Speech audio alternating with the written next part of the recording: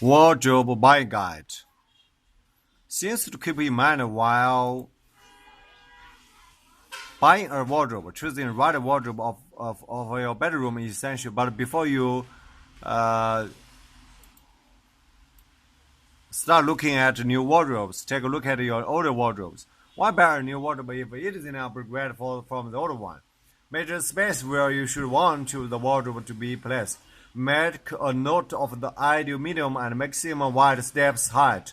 Make sure that there is enough space to comfortably stand in front of the wardrobe and to open doors and drawers.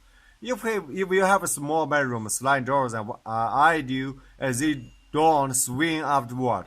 Here's some key points to consider before making a decision. Shelves help you in keeping things more organized. Mirrors make dressing up more convenient. Sliding doors are easy to open and close and they occupy less space. Drawers make storing values organized and convenient. Type of wood. Type of wardrobes. 2-door wardrobes. 3-door wardrobes. Wardrobes with 4 or more doors. Sliding door wardrobes. Fabric wardrobes. Style, contemporary and modern. Vintage. Wardrobes by material, particle board, MDF, plywood, metal, plastic, parts of a wardrobe.